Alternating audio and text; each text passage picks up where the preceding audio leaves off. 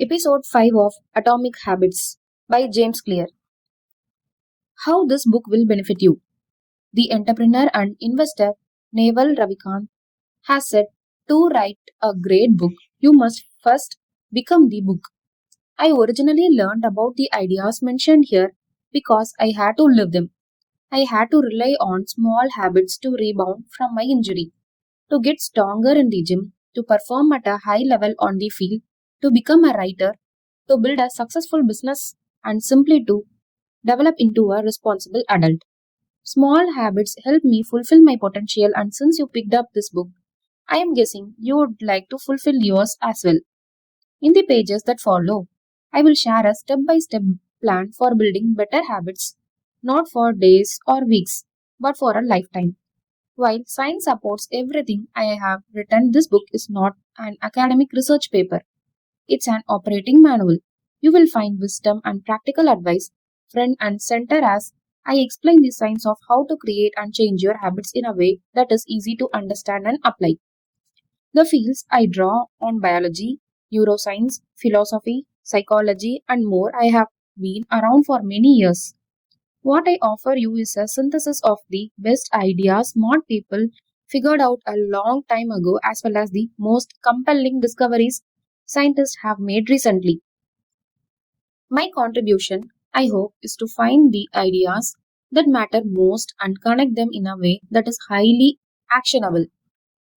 Anything wise in these pages, you should credit to the many experts who preceded me. Anything foolish, assume it is my error. The backbone of this book is my four-step model of habits, cue, craving, response, and reward, and the four laws of behavior change that evolve out of these steps. Readers with a psychology background may recognize some of these terms from operant conditioning, which was first proposed as stimulus response reward by B.F. Skinner in the 1930s, has been popularized more recently as cue routine reward in The Power of Habits by Charles Duhigg. Behavioral scientists like Skinner realized that if you offer the right reward or punishment, you could get people to act in a certain way. But while Skinner's model did an excellent job of explaining how external stimuli influenced our habits, it lacked a good explanation for how our thoughts, feelings, and beliefs impact our behavior. Internal states, our moods, and emotions matter too. In recent decades, scientists have begun to determine the connection between our thoughts, feelings, and behavior. This research will also be covered in these pages. In total, the framework I offer is an integrated model of the cognitive and behavioral sciences.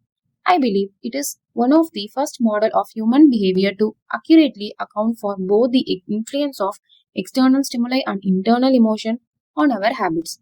While some of the language may be familiar, I am confident that the details and the applications of the four laws of behavior change will offer a new way to think about our habits.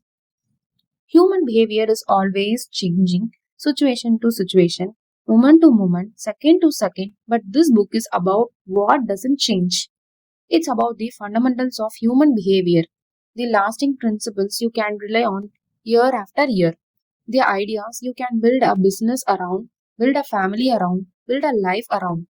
There is no one try to create better habits, but this book describes the best way I know, an approach that will be effective regardless of where you start or what you are trying to change. The strategies I cover will be relevant to anyone looking for a step by step system for improvement, whatever your goal center on health, money, productivity, relationships, or all of the above. As long as human behavior is involved, this book will be your guide.